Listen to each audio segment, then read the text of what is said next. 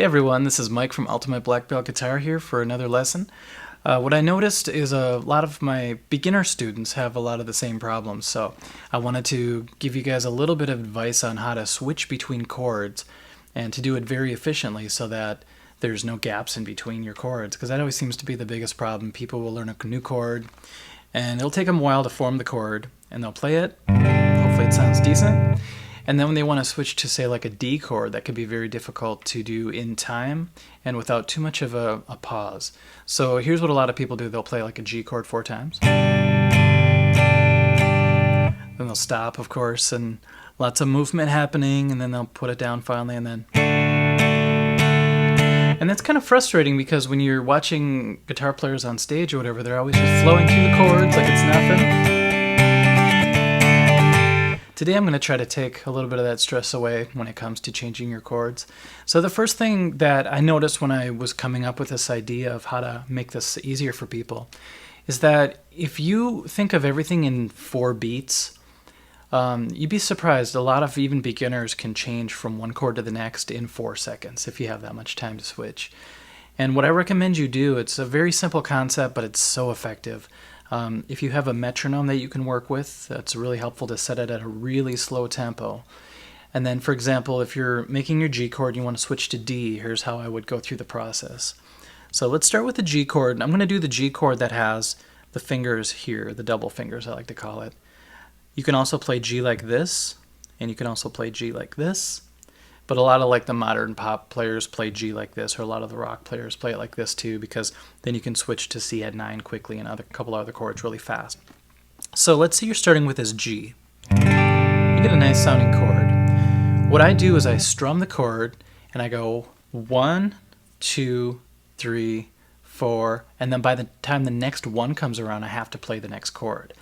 So people get confused a little bit because they play the first chord and they go 1, 2, 3, 4, then they scramble to make the next chord, and that's completely missing the point.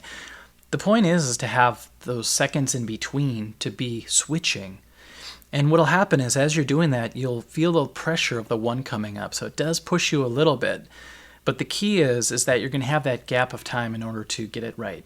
So D is a good example from this chord because, as you can see, the ring finger will stay where it is.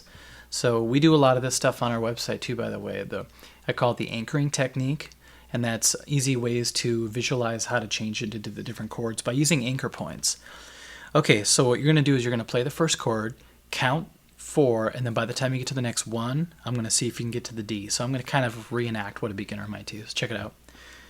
1, 2, 3, 4, 1, 2. It's okay to cut it short like that. 3, 4. Back to the G. 1, 2, 3, 4. Sometimes you get it right at the last second. 1, 2, 3, 4, and back to G.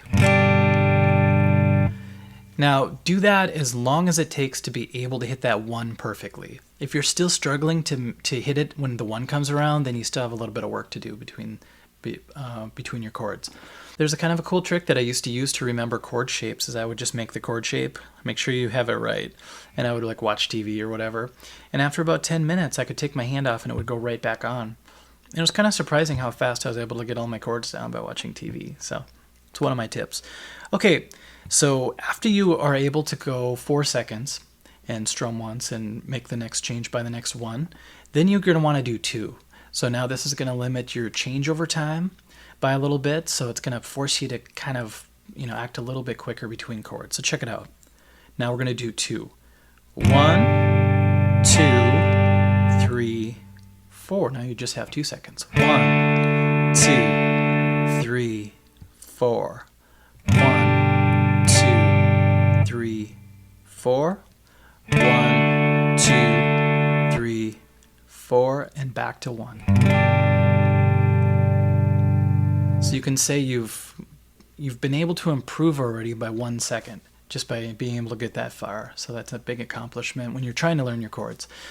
Obviously the next one you would do 3 strums and only have 1 second to change, and then you would do all 4 and have no seconds to change, kind of. So let's do the 3 now. Let's go to the G. 1, 2, 3, 4. 1,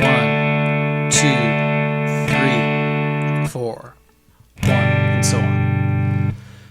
The next one, all 4 of them, you have to pretty much change instantaneously. Check this out now. 1, 2, 3, 4. You still get a little time. 1, 2, 3, 4.